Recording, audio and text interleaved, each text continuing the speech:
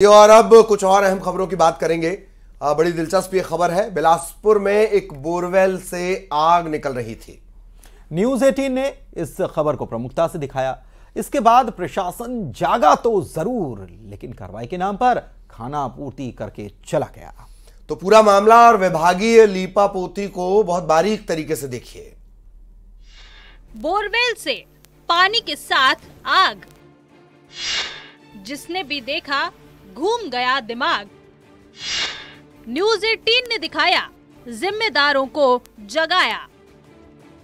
लेकिन एक बार में गहरी नींद से जाग जाएं तो सरकारी महकमे कैसे? इतना दिखाने, सुनाने, समझाने के बाद भी समाधान की जगह सिर्फ खाना पूर्ति करके चले गए जिम्मेदार।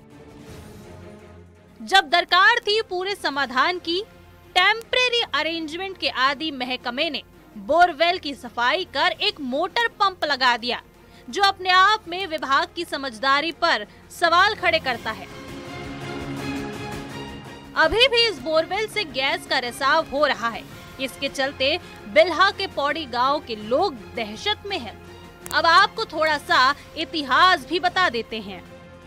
वहाँ पे जल जीवन मिशन के तहत अपन ने एक नलकूप खनन किया था, जिसमें कि गैस निकलने की सूचना हमको सरपंच के द्वारा दी गई। वहाँ पहुँच करके हम लोगों ने चेक किया तो पता चला कि वहाँ पे आजू बाजू में घुरवा था। घुरवा में जो उसमें वो पट जाने के बाद उसमें जो बनी हुई मार्श गैस थी, वो जब ड्रिलिंग हुई है तो उसमें कहीं पाइपिंग के थ्रू वो नलकूप में आ रही है, जिसमें कि माचिस लगाने से, माचिस जलाएंगे तो उसमें आग लग रही है। आज और कल 2-3 दिन और देख लेते हैं। यदि उसका गैस का रिसाव कम हो जाता है तो अपन उस ट्यूबवेल को यूज़ करेंगे, और उसकी पानी की क्वालिटी ख़राब नहीं आ रही है तो हम उस ट्यूबवेल को यूज़ करेंगे, अदरवाइज उस ट्यूबवेल को हम कैप कर देंगे। बिलासपुर के बिल्हा विकासखंड के पौड़ी ग्राम पंचायत में जल जीवन मिशन के लिए कराए गए बोरवेल से निकल रही ज्वलनशील गैस मीथेन के मामले में पीएचई विभाग ने सफाई कराकर पंप डाल दिया। पानी को बहाया गया ताकि मीथेन गैस के रिसाव को खत्म किया जाए। मोनो अमोनियम फॉस्फेट पाउडर भी छिड़का, लेकिन नतीजा सिफर। अभी भी माचिस दिखाते ही बोरवेल बर्नर बन जा रहा है। ये आदतन लापरवाह विभागों की कार्य प्रणाली है। जहां एक्शन की जरूरत होती है वहां खाना पूर्ति, जहां समाधान की जरूरत होती है वहां जुगाड़। समझ नहीं आ रहा कि बोरवेल से निकलती आग ज्यादा घातक है या जिम्मेदार महकमों की लापरवाही की आग। बिलासपुर से उमेश मौर्य, न्यूज़ 18।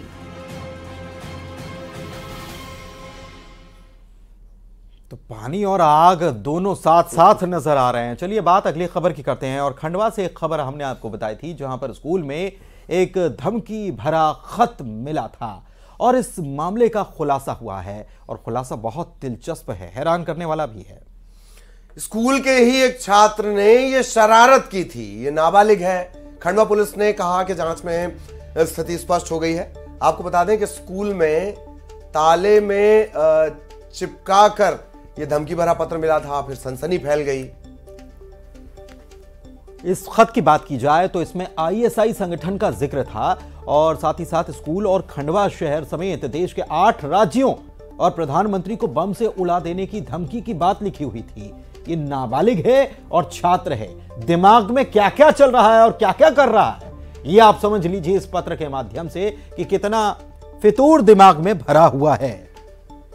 तो ये फितूरी छात्र, लेकिन अच्छी बात ये, खालवा विकासखंड के पटाजन हायर सेकेंडरी स्कूल का जो ये मामला है, प्रभारी प्राचार्य ने ही इसकी इत्तला दी थी और अब ये स्थिति साफ हो गई है कि एक शरारत थी।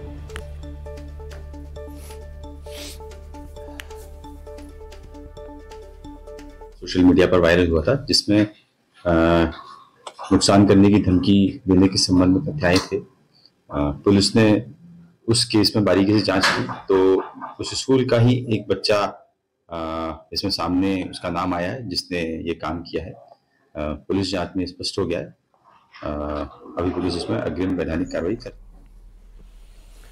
और चलिए बढ़ते हैं आगे और बात अगली खबर भी खंडवा की ही करते हैं। खंडवा में अग्निकांड जो सामने आया था, इस मामले में एक और अब कार्रवाई की गई है।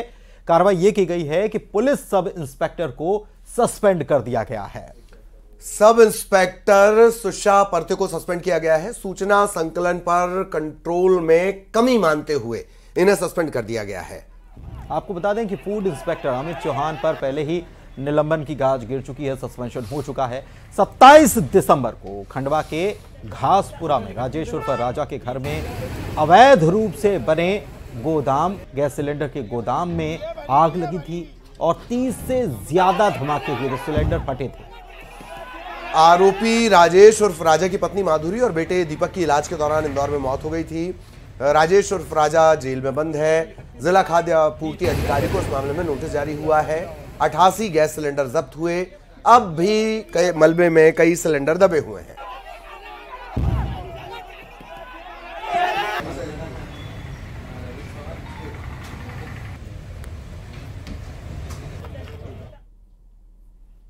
खालवा क्षेत्र में एक लेटर सोशल मीडिया पर वायरल हुआ था जिसमें नुकसान करने की धमकी देने के संबंध में तथ्य आए थे। पुलिस ने उस केस में बारीकी से जांच की तो उस स्कूल का ही एक बच्चा इसमें सामने उसका नाम आया है जिसने ये काम किया है। पुलिस जांच में स्पष्ट हो गया है। अभी पुलिस इसमें अग्रिम वैधानिक कार्रवाई कर रही है। खबर उमरिया से। उमरिया जिले में जमीन के कारोबार से जुड़े लोग किस हद तक कानून को दरकिनार कर काम करते हैं, इसका अनोखा नमूना जिला मुख्यालय में सामने आया है।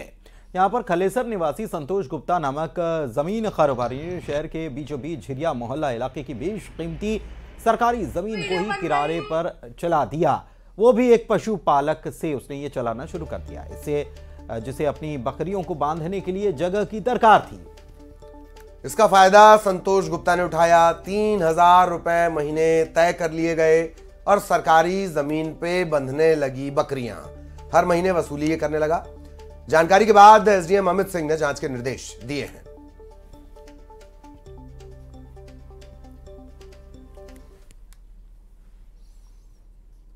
और इसी के साथ इस बुलेटिन में इतना ही। वक्त एक ब्रेक का हो चला है, उस पर भी खबरें लगातार जारी रहेंगी, इसलिए बने रहिए।